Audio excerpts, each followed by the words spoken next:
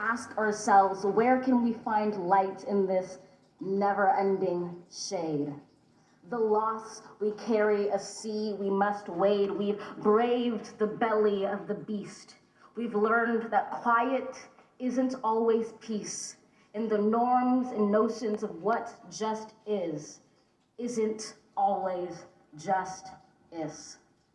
And yet the dawn is ours before we knew it. Somehow we do it. Somehow we've weathered and witnessed a nation that isn't broken, but simply unfinished. We, the successors of a country and a time where a skinny black girl descended from slaves and raised by a single mother can dream of becoming president, only to find herself reciting for one.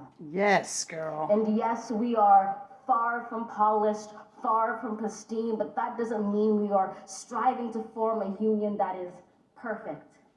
We are striving to forge our union with purpose, to compose a country committed to all cultures, colors, characters, and conditions of man.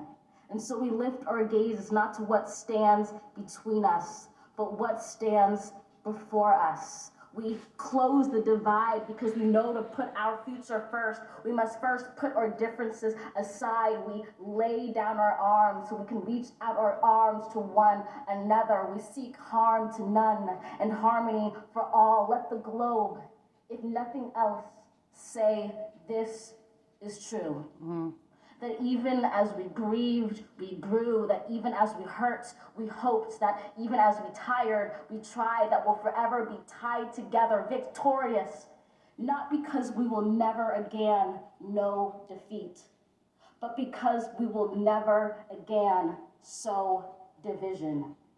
Scripture tells us to envision that everyone shall sit under their own vine and fig tree, and no one shall make them afraid. That's George Washington. If we're to live up to our own time, then victory won't lie in the blade, but in all the bridges we've made. That is the promised glade, the hill we climb, if only we dare it, because being American is more than a pride we inherit. It's the past we step into and how we repair it. We've seen a force that would shatter our nation rather than share it, would destroy our country if it meant delaying democracy. And this effort very nearly succeeded. But while democracy can be periodically delayed, it can never be permanently defeated. In this truth, in this faith we trust, for while we have our eyes on the future, history has its eyes on us. This is the era of just redemption. We feared it in its inception. We did not feel prepared to be the heirs of such a terrifying hour, but within it we found the power to author a new chapter, to offer hope and laughter to ourselves. So, while once we asked, how could we possibly prevail over catastrophe?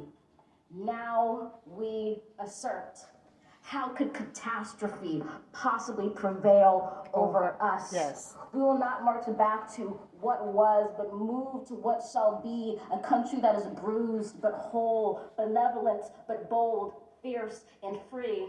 We will not be turned around or interrupted by intimidation, because we know our inaction and inertia will be the inheritance of the next generation. Our blunders become their burdens. But one thing is certain: if we merge mercy with might and might with right, then love becomes our legacy and change our children's birthright. So let us leave behind a country better than the one we were left. With every breath from my bronze-pounded chest, we will raise this wounded world into a wondrous one. We will rise from the gold-limbed hills of the west. We will rise from the wind-swept northeast, where our forefathers first realized revolution. We will rise from the lake-rimmed cities of the Midwestern states. We will rise from the sun-baked south. We will rebuild reconcile and recover in every known nook of our nation, in every corner called our country. Our people, diverse and beautiful, will emerge battered and beautiful. When day comes, we step out of the shade of flame and unafraid. The new dawn blooms as we free it. For there is always light if only we're brave enough to see it, if only we're brave enough to be it. Ooh, girl, you better talk.